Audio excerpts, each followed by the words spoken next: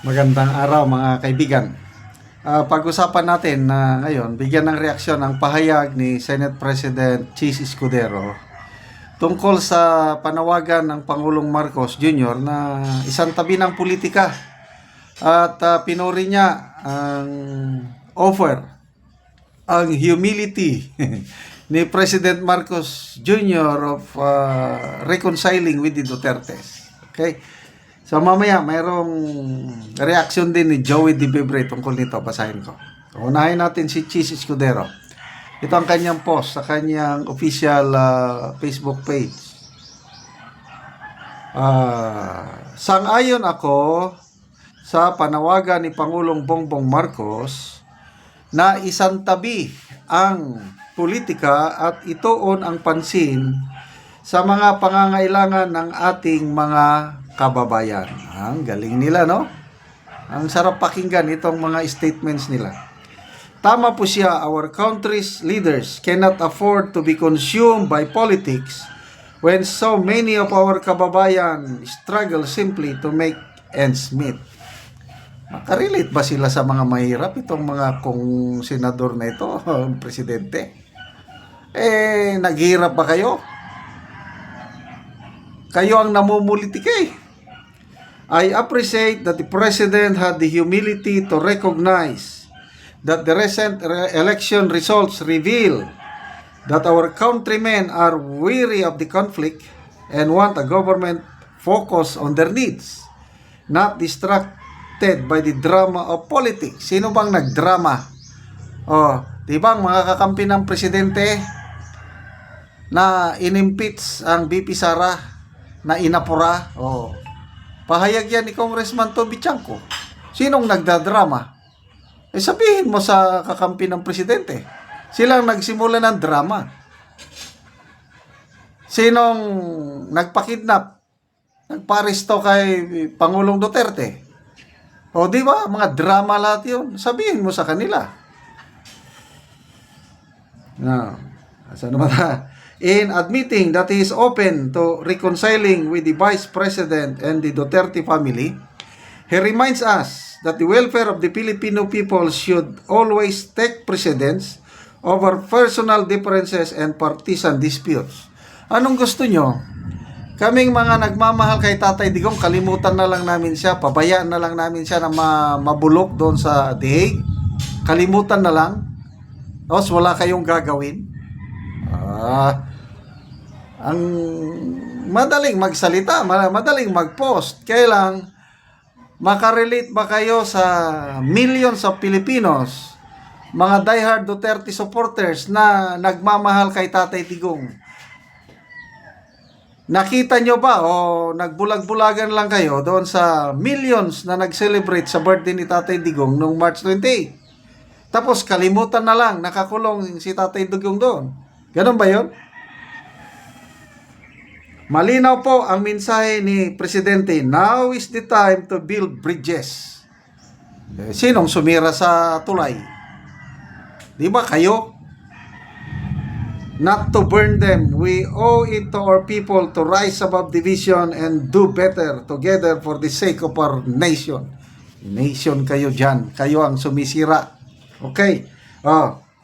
Tingnan natin basahin natin itong kay Joey Di Bibre. BBM was forced by circumstances to eat the humble pie. It was not humility.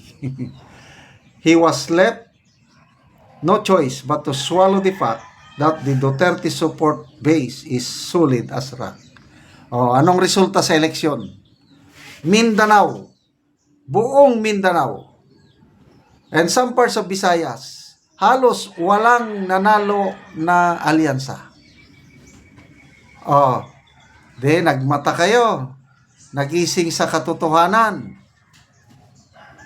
Solid ang Duterte base. Resulta ng survey ng WR numero. 40% sa mga respondents consider themselves Duterte supporters. 15% lang ang Marcos supporters.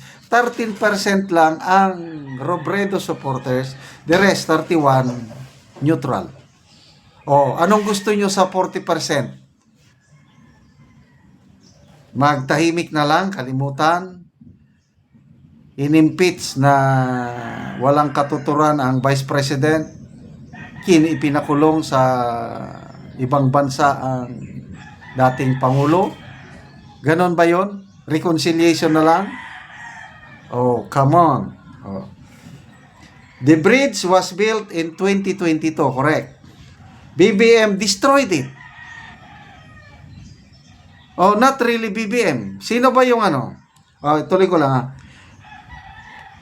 And now, he wants to build it again. Anong akala nyo sa Unity Bridge? Lego? Mga or-or? Ang ganda! Unity, may bridge. Matibay. Maraming umasa.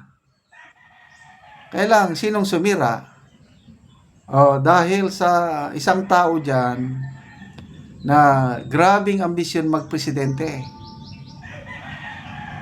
O anong ginawa ng Pangulo doon sa tao na yon? Wala. Pinabayaan lang niya.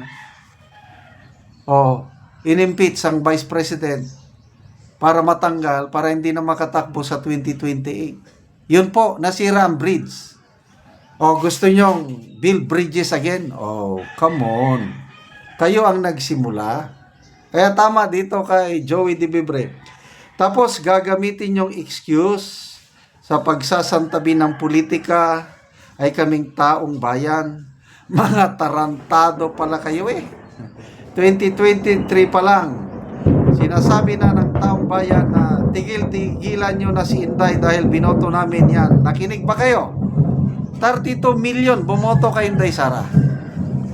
It will take more than your willingness to change the mind of the people. Reverse all the damage you have done to the country and bring PRRD home. Perhaps at this point, we may consider reconciliation. Correct.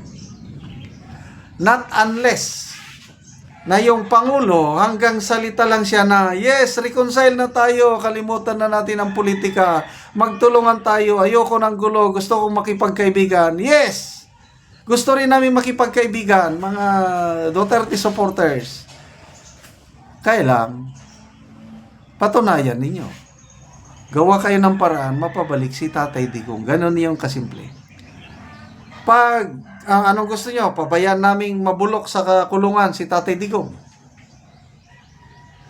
So, hanggang salita lang yung reconciliation na yan, pag wala kayong gagawin na mapabalik si Tatay Digong, as simple as that. Pabalikin nyo siya, then pwede mag-reconcile. Why not? Kalimutan ng politika, why not? Impeachment, sige, tuloy ninyo. Kaya gusto ni BP Sara ng matuloy yung trial niya. Gusto niya, no problem. Ituloy ang impeachment. Yun lang, si Tatay Digong, pabalikin nyo at magkaroon na po ng reconciliation. Okay, salamat mga kaibigan sa inyong pagsubaybay sa ating channel. Nakakatulong kayo ng malaki sa Tribong Talandig dahil ang sweldo po natin dito ay malakas ang ang sweldo po natin ay tinutulong natin sa tribo. Namimigay tayo ng libreng hiyero at pako para ma-repair ang sira-sirang bahay ng Tribong Talandig. Panoorin nyo ang video na ito. Ano po ni ang balay nga kawayan lang kinahanglan og tabang.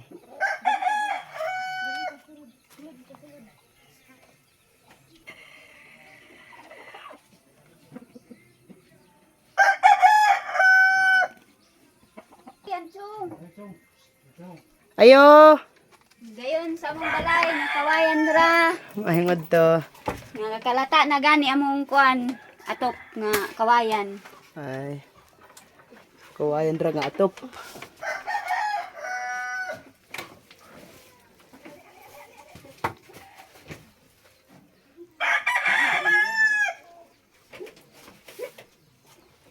Daudan na mong gudyan. Og karon manguha na mo og kahoy kay matagaan na mo og sin lansang pako plinsen. Oo, mga nami. Oo, pila na din ni katuig inyong balay? 5 years na. 5 years. Ay, pila mo din ani nga gapuyo? Duha rami. Duha ra mo. Oo. Wa mo'y anak di ay. Wala.